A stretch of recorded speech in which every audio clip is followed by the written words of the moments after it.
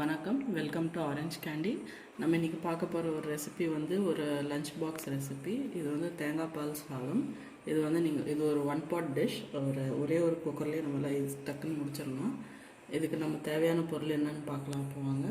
இதுக்கு வந்து ஒரு அழாக்கு சாப்பாடு அரிசி கழுவி ஊற வச்சுருக்கேன். நீங்கள் வேணும்னா பாஸ்மதி ரைஸ் கூட யூஸ் பண்ணிக்கலாம். அப்புறமா ஒரு கப் தேங்காய் பால், ஃபஸ்ட்டு தேங்காய் பால், செகண்ட் தேங்காய் பால் ரெண்டுமே கலந்து வச்சுருக்கேன் இதில். அப்புறமா தாளிக்கிறதுக்கு வந்து ஒரு மீடியம் சைஸ் வெங்காயம், அப்புறமா ஒரு சின்ன தக்காளி, அப்புறம் ஒரு பிடி அளவுக்கு வந்து புதினா, ஒரு ஸ்பூன் இஞ்சி பூண்டு பேஸ்ட்டு, ஒரு 3 பச்சை மிளகாய் காரத்துக்கு. உங்களுக்கு காரம் அதிகமாக வேணும்னா நீங்கள் இன்க்ரீஸ் பண்ணிக்கலாம். அப்புறமா தாளிக்கிறதுக்கு வந்து 2 கிராம்பு, ஒரு சின்ன துண்டு பட்டை, 2 ஏலக்காய், அப்புறமா கொஞ்சம் தேவையான அளவுக்கு எண்ணெய், அப்புறமா உப்பு. வாங்க எப்படி சேர்த்துன்னு பார்க்கலாம்.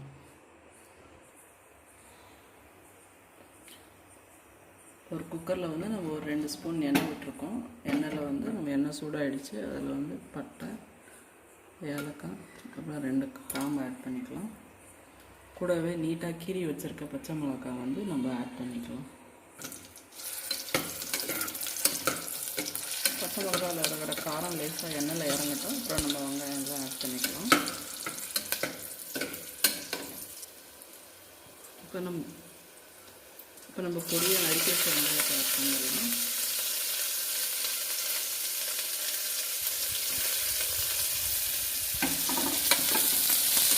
நல்லா வதங்கிட்டு நம்ம அதை கட்டு தக்காளியும் இஞ்சி பூண்டு பேஸ்ட் ஆட் பண்ணிக்கலாம்.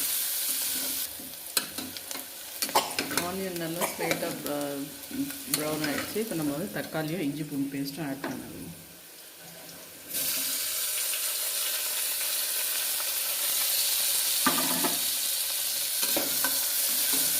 இஞ்சி பூண்டு பேஸ்ட் பச்சை வாழைக்கு பண்ணோங்க. நம்ம ரைஸும் அதுக்கு தேவையான தேங்காய் பாலும் எல்லாம் ஆட் பண்ணணும். இஞ்சி பூண்டு பேஸ்ட் நல்லா வதங்கிடுச்சு. இப்போ நம்ம கழுவி ஊற வச்சுருக்க அரிசி வந்து அதில் ஆட் பண்ணிக்கலாம்.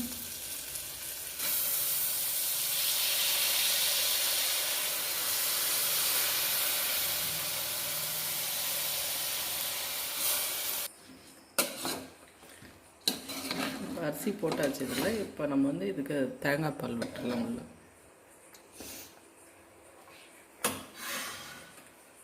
இதுக்கு தேங்காய் பால் திக்காக இருக்கணும்னு அவசியம் இல்லை. அது நீங்கள் நல்லா தண்ணி ஆட் பண்ணி கூட உங்களுக்கு அரிசிக்கு தேவையான அளவுக்கு தண்ணி ஆட் பண்ணி நீங்கள் அதில் யூஸ் பண்ணிக்கலாம்.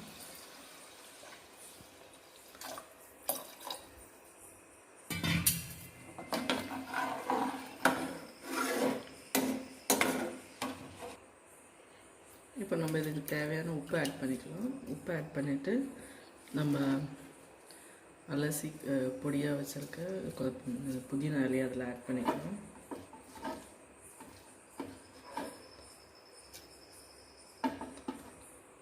அவ்வளோதான். இப்போ நம்ம லிட் க்ளோஸ் பண்ணிக்கலாம். இப்போ நம்ம மூடி போட்டாச்சு குக்கருக்கு. ஒரு விசில் வந்துச்சுன்னா நம்ம தேங்காய் பால் சாதம் ரெடி ஆகிடும். நம்ம ஒரு விசில் வர வரைக்கும் வெயிட் பண்ணலாம்.